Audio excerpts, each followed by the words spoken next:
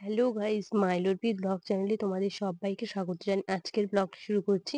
আশা করি তোমরা সবাই খুব ভালো আছো। আমিও কিন্তু খুব ভালো আছি। তো চলো পুরো ভিডিওটা দেখে নাও। আর যদি ভালো লেগে থাকে like, comment, share and subscribe করে পাশে থেকো। সবাই ভালো থেকো এবং সুস্থ থেকো।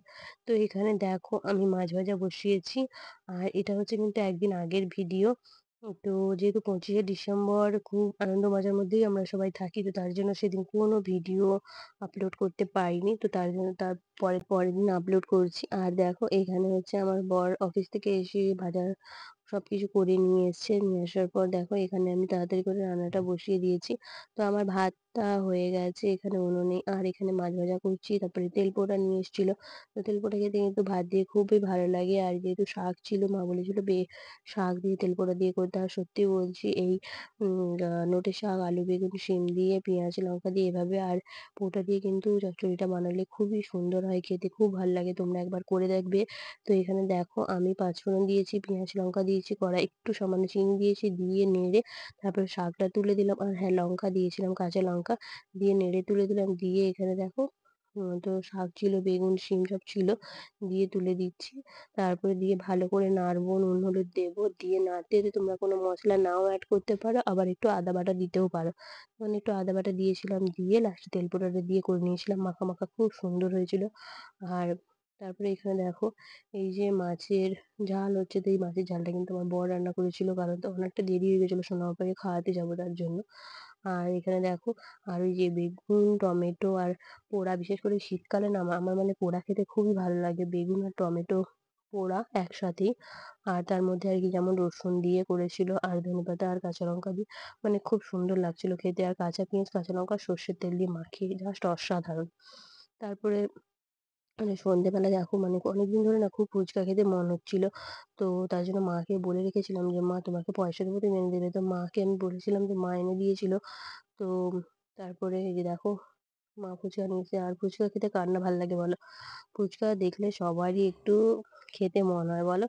তো তার জন্য আর কি। তো অনেকদিন ফুচকা খাওয়া হয়নি। আর এখানে দেখো তো আমার সোনার জেঠু আর কি দেখো মেলা থেকে আবারও দেখো সোনার জন্য ভলু কিনে নিয়ে এসেছে। দেখো সোনা তো সবসময় কুকুরকে দেখলে ভৌ ভৌ করতে থাকে, জানো তো।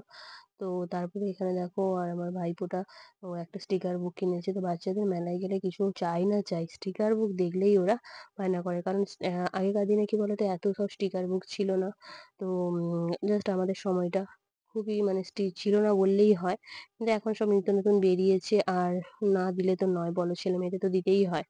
তো তার জন্য তো তারপরে আর ওর জন্য একটা ভলু কিনে নিয়ে এসেছে। তো ওটা ওর খুবই পছন্দ হয়েছে। তো তারপরে দেখো এখানে আমরা সবাই মিলে ফুচকা খাবো, মানে আমি, মা আর ভাইপো তিনজনে মিলে খাবো, দাদার ছেলে। তো উম, তিনজনে মিলে ফুচকা খাবো। তো দেখো বাটিতে করে জল নিয়ে নিয়েছি, টক জল। তো আগে কিন্তু টক জল কতটা খেতাম না, আর এখন একটু অল্প করেই খাবো আর কি, না খেতে ইচ্ছে হচ্ছিল। তো তার জন্য অল্পই খাবো। তো এটা যেহেতু আমাদের বাড়ির পাশে, আর মানে খুবই সুন্দর করে, তো তার জন্যই খাচ্ছি। নাহলে বাজার ঘাটের হলে অতটা টক জলটা খাই না, অ্যাভয়েড করি। তো খুবই সুন্দর হয়েছিল। আগের দিনের ফুচকাটা অনেকটাই ঝাল হয়ে গেছিল, তো খেতে পারছিলাম না। তাই জন্য মা বলেছিল ঝালটা কম দিতে। তো ওই জন্য আলুতে ঝালটা কম দিয়েছে, ওই জন্য খেতে খুবই সুন্দর লেগেছিল। আর দেখো ঝালটা তো সবার সমান না, অনেকে ঝাল বেশি খায়, অনেকে কম। আর আমরা খুব একটা ঝাল খেতে পারি না। ঝাল হলে কিন্তু ওতে ফুচকা খেতেই পারি না। তো ফুচকা যদি না খেতে পারলাম তাহলে আর কি লাভটা বলো? তার জন্য তো আমরা ঝাল তো মানে খাই না বলে আর কি ঝালটা নেয়নি মা। তো কম ঝালেরই ফুচকা ছিল, তো কিন্তু খেতে খুব সুন্দর হয়েছিল। তো তোমাদের আজ আমি একটা জিনিস দেখাবো, সত্যি বলছি, মানে আমি এতদিন পর্যন্ত কিন্তু কোনো দিনও এমন অসম্ভবনীয় ঘটনা আমি এর আগে কোনোদিনও দেখিনি। তো কি হয়েছে জানো তো, দুপুরবেলা আমার ফোনে একটা ভিডিও এসছে। তো কি ভিডিও, কি না ভিডিও, কে পাঠিয়েছে, তখন কিন্তু আমি অতটা কোনো গা করিনি, মানে জাস্ট দেখিনি রান্নার সময়। তো তো অতটা লক্ষ্য করিনি। তো পরে আমি ভাবলাম যে দেখি কি দেখাচ্ছে, এটা না দেখলাম দাদা একটা ভিডিও পাঠিয়েছে। কি ভিডিও তখন আর অতটা গা করি না। হ্যাঁ, দাদা কোনো একটা নিশ্চয়ই কোনো ভিডিও পাঠিয়েছে। তো সেখানে ভালো করে পরে একবার দেখলাম, না দেখলাম ঠাকুরের একটা ভিডিও পাঠিয়েছে। তো ভাবলাম যে হ্যাঁ, ঠাকুরের ভিডিও পাঠিয়েছে, আচ্ছা সন্ধ্যেবেলায় বা পরে দেখবো, এরকম একটা ভেবে নিয়েছি। তো তারপরে যখন আমি ভিডিওটা দেখছি, কি দেখলাম জানো, সেটা তোমাদের আমি দেখাবো ভিডিওতে। তোমরা এই ভিডিওটা দেখো, যদি ভালো লেগে থাকে পাশে থেকো। সবাই ভালো থেকো এবং সুস্থ থেকো। তো তোমরা এটা দেখবে। আর মানে কি বলবো, মানে এরকম ঘটনা আমি তো কোনোদিনও দেখিনি। আর তোমরা কেউ দেখেছো কিনা অবশ্যই জানিও।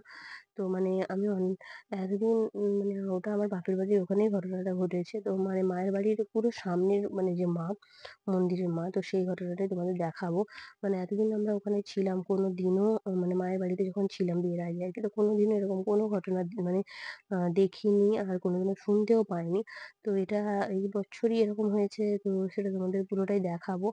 আর এখানে দেখো মা খাচ্ছিল ফুচকা, তো মা ফুচকা খাচ্ছিল এমনি, মানে টক ঝাল খায়নি আরকি। আ তো মা এমনি শুকনো কিছু আলু দিয়েই খাচ্ছিল। তো মানে মা নিজের শরীর ভেবে আরকি, যেটা মানে বয়স হচ্ছে তো, এবার যেটা না খেলে নয় সেটা খায় না, যেটা খেলে সেটুকুনটাই খায়। তো চলো তোমাদের এবার পালা এসে গেছে সেই ভিডিওটা দেখানোর। তো চলো তোমরা ভিডিওটা দেখে নাও এখানে। তো এখানে তোমরা দেখতে পাচ্ছ, দেখো মায়ের চূড়ার উপরে একটা সাপ তোমরা দেখতে পাচ্ছ, এই দেখো। এটা হচ্ছে আমার বাড়ির পুরো সামনে একদম মায়ের মন্দির। তো আমাদের ওখানে মা কালীর মন্দির মায়ের বাড়ির সামনে। তো দেখো এখানে একটা মাথায় সাপ, আর তারপরে তোমাদেরকে এক ধার থেকে, তারপরে এখানে দেখো গলার কাছে একটা ছিল, সেটাই কানের এই পাশ থেকে চলে যাচ্ছে। তো মানে চারিধারে কি বলবো তোমাদের, তোমরা পুরো ভিডিওটা ভালো করে ওয়াচ করো। তো মাথার উপরেটা দেখো কেমন ভাবে বসে রয়েছে, দেখো মানে দেখে তো গায়ে কাঁটা দিয়ে উঠছে। সত্যি বলছি কোনোদিনও এরকম দৃশ্য দেখিনি। তো দেখেছো? আর তারপরে এই যে দেখো এখানে একটা দেখেছো? মানে কি বলবো তোমাদের, চারিদিকে মানে কেন এরকম ঘটনা ঘটেছে ঠিক সেটা জানা যাচ্ছে না। তো খুব অল্পভাবেই আরকি জানা গেছে যে মন্দিরটা আবার নতুন করে রিপেয়ারিং হওয়ার কাজ ছিল। তো তার জন্যই নাকি সেটা হয়তো ঠিকঠাক ভাবে জানা যাচ্ছে না। তো মা নিশ্চয়ই কিছু দেখাতে মানে কিছু বোঝাতে চাচ্ছেন, যার জন্য হচ্ছে যে এই জিনিসটা হয়েছে কিছু নিশ্চয়ই বোঝাতে চাচ্ছেন। তো সেটা পরে নিশ্চয়ই জানা যাবে। তো চলো তোমরা তো দেখে বলো মানে কি ঘটনাটা, দেখো কিভাবে মানে হাতের কাছ থেকে যাচ্ছে, দেখতে পেয়েছো? মানে সত্যি বলছি এরকম ঘটনা কোনোদিনও দেখিনি যে দেখো বেরোলে এক আধটা বেরোবে, এতগুলো একসাথে সত্যি বলছি অসম্ভবনীয় ঘটনা। তো জয় মা কালী, জয় মা কালী। মায়ের জয় হোক। সত্যি মা জাগ্রত, মা তুমি, তোমার চরণে অসংখ্য অসংখ্য প্রণাম জানাই মা। তুমি সবাইকে ভালো রেখো, সবাইকে সুস্থ রেখো। তো চলো আজকের ভিডিওটা এখানেই শেষ করছি। সবাই ভালো থেকো, সুস্থ থেকো। পুরো ভিডিওটা দেখার অসংখ্য অসংখ্য ধন্যবাদ জানাই সবাইকে।